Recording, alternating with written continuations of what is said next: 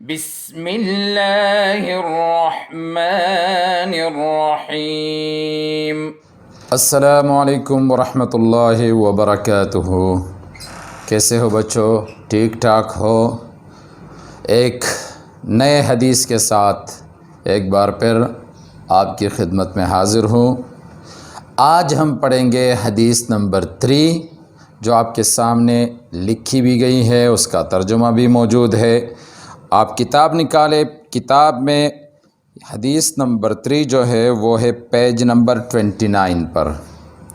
Page number 29 پر 2 احادیث ہے۔ پہلی حدیث یہی ہے جو ہم پڑھیں گے، دوسری حدیث 2 احادیث ہے، ایک 3 جو اور ایک 4 جو پہلی حدیث ہے اس میں وہی ہم پڑھیں گے، یہ والی۔ سب سے پہلے حدیث کا کے الفاظ اور ترجمہ پڑھ لیتے ہیں، پھر اس کا مطلب سمجھاتے ہیں۔ حدیث کے الفاظ ہیں: خیرکم من تعلم القرآن وعلمہ۔ مشہور الفاظ ہیں، یہ حدیث تقریباً آپ حضرات نے اکثر سنی ہوگی۔ ترجمہ: تم میں سے بہتر وہ ہے جس نے قرآن سیکھا اور اسے دوسروں کو سکھایا۔ تم میں سے بہتر وہ ہے جس نے قرآن سیکھا اور اس قرآن کو پھر آگے دوسروں کو بھی سکھایا۔ تو آپ صلی اللہ علیہ وسلم نے فرمایا کہ یہی سب سے بہتر ہے۔ اس حدیث کی تشریح، اس میں آپ صلی اللہ علیہ وسلم قرآن کی فضیلت اور مقام اور مرتبہ بیان فرما رہے ہیں، اور قرآن کی فضیلت ان الفاظ میں آپ صلی اللہ علیہ وسلم نے بیان فرمائی کہ سب سے بہترین اگر تم لوگوں میں کوئی شخص ہے تو وہ شخص ہے جس نے پہلے خود قرآن سیکھا اور پھر اسے دوسروں کو سکھایا۔ اب قرآن سیکھنے اور دوسروں کو سکھانے میں بہت سی چیزیں، یہ بھی ہے کہ خود قرآن کے الفاظ کو سیکھا، ناظرہ، اور پھر دوسروں کو ناظرہ پڑھوائے، یہ بھی سیکھنا اور سکھانا ہے۔ قرآن خود حفظ کیا، دوسروں کو حفظ سکھا رہا ہے۔ قرآن کا ترجمہ، تفسیر اور علوم خود سیکھے اور پھر اسے وہ دوسروں کو سکھا رہے، یہ سارے قرآن کو سیکھنے اور سکھانے والے اعمال ہیں۔ آپ صلی اللہ علیہ وسلم نے فرمایا سب سے بہتر یہی شخص ہے، سب سے بہتر جو یہ کام کرے، قرآن سیکھے اور دوسروں کو سکھائے۔ کیوں یہ سب سے بہتر کیوں ہے قرآن سیکھنے اور سکھانے والا؟ تو اس کی بہت سی وجوہات ہو سکتی ہیں۔ آسان الفاظ میں ہم 2 وجوہات پڑھیں گے کہ قرآن سیکھنے اور سکھانے والا سب سے بہتر کیوں ہے۔ پہلی وجہ، قرآن کی دوسری کتابوں پر جو فضیلت ہے، قرآن کو دوسری کتابوں پر جو فضیلت حاصل ہے، اسی وجہ سے آپ صلی اللہ علیہ وسلم نے فرمایا کہ قرآن کو سیکھنے اور سکھانے والا سب سے بہتر ہے۔ کیسے؟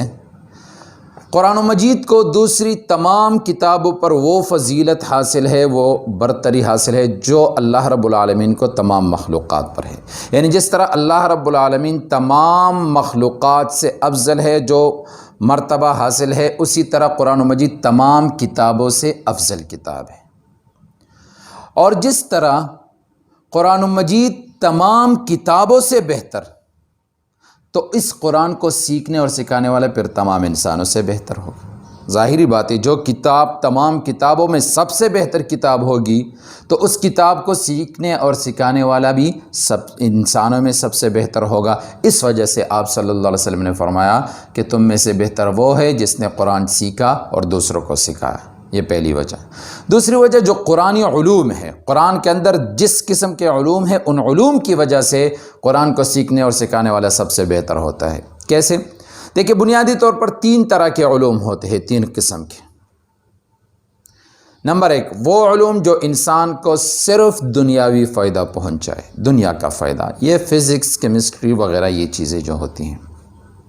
نمبر 2، وہ علوم جو انسان کو صرف اخروی فائدہ پہنچائے، ٹھیک ہے، یہ جو خالص دینی مسائل کے علوم ہوتے ہیں، خالص دینی، اور جو جنت اور جہنم وغیرہ کے بارے میں جو علوم ہوں گے، مطلب یہ علوم جو انسان کو صرف اخروی فائدہ پہنچائے۔ جو فضائل کے علوم ہے کہ یہ کلمات پڑھو تو اتنا ثواب ملے گا، یہ چیزوں کی اتنی نیکی ہے، ان الفاظ، ان کلمات کی اتنی فضیلت ہے، یہ ساری علوم وہ ہے جو انسان کو صرف اخروی فائدہ پہنچاتے ہیں۔ اور نمبر 3، وہ علوم جو انسان کو دنیاوی اور اخروی دونوں فائدے پہنچائے، یعنی ایسے کہ اس میں دنیا کے بھی فائدے ہو اور آخرت کے بھی۔ تو 3 طرح کے علوم ہوئے۔ اب ظاہری بات ہے ہر بندہ یہی کہے گا کہ سب سے بہتر علوم ان تینوں میں سے کون ہے؟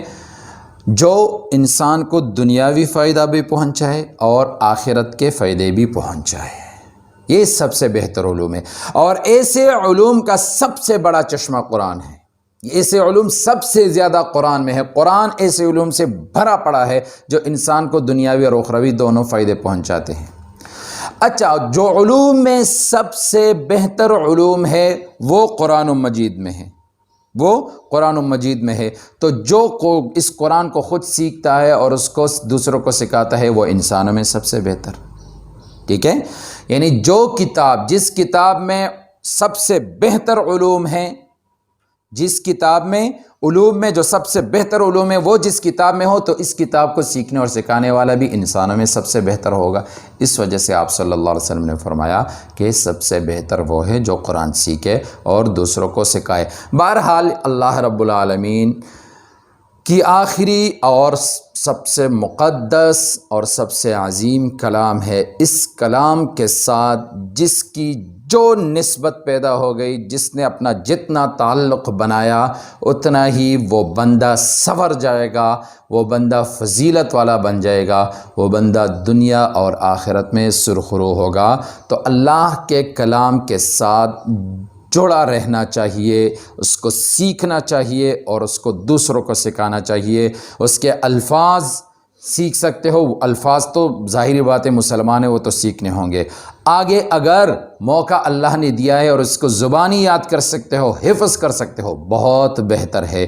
اور آگے اس کا جتنا مطلب اور مفہوم اور ترجمہ سمجھ سکتے ہو، بہت ہی بہتر عمل ہے۔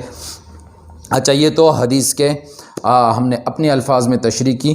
آگے اب جو بک والوں نے لکھا ہے جو کچھ اس کے بارے میں وہ ذرا پڑھ لیتے ہیں۔ پیج نمبر 29 میں نے آپ کو بتایا تھا، خیرکم من تعلم القرآن وعلمہ، ترجمہ تم میں سے بہتر وہ ہے جس نے قرآن سیکھا اور اسے دوسروں کو سکھایا۔ تشریح، قرآن حکیم کلام الہی ہے، یعنی اللہ کا کلام ہے، جس کا موضوع انسان ہے۔ یہ جملہ بیٹا ذہن میں رکھو، جس کا موضوع یعنی قرآن کا موضوع کیا ہے؟ انسان ہے۔ یہ اکثر تمہارے ایگزام میں، بورڈ کے ایگزام میں یا دوسرے ایگزامز میں جو آپ کا پارٹ اے ہوتا ہے اس میں اکثر یہ آتا ہے قرآن کا موضوع ڈیش، انسان، اسلام، مختلف قسم کے آپشنز دیے ہوتے ہیں۔ تو قرآن کا موضوع آپ نے ٹک کس کو کرنا ہے؟ انسان کو۔ قرآن کا موضوع انسان ہے، سمجھ گئے؟ جس کا موضوع انسان ہے۔ یہ کتاب محض نماز روزی کی تعلیمات پر مشتمل نہیں ہے، بلکہ انسانی زندگی کے تمام پہلوؤں، خواہ دنیاوی ہو یا اخروی ہو، معاشی ہو یا معاشرتی، سیاسی ہو یا سائنسی، سب کے بارے میں تاابد رہنمائی رکھتی ہے۔ ہم نے بتایا نا کہ قرآن میں وہ علوم ہے جو انسان کو دنیاوی فائدے پہ پہنچائے، اخروی بھی۔ تو قرآن میں جو تاریخی باتیں ہیں، معاشی باتیں ہیں، اسی طرح معاشرتی احکامات ہے، ٹھیک ہے، معاشرے میں آپ نے ایک دوسرے کے ساتھ کس طرح رہنا ہے، معاشی احکامات ہے، سائنسی باتیں ہیں، تو یہ سارے وہ علوم ہیں جو انسان کو دنیاوی فائدہ پہنچاتے ہیں۔ اسی طرح آخرت کے بارے میں بار بار اللہ رب العالمین ڈراتے ہیں، جہنم سے ڈراتے ہیں، جنت کی خوشخبریاں دیتے ہیں، تو یہ وہ باتیں ہیں جو انسان کو اخروی فائدے پہنچائیں۔ تبھی ہم نے کہا کہ قرآن میں وہ تمام علوم ہیں جو انسان کو دنیاوی فائدے بھی پہنچائے، اخروی بھی۔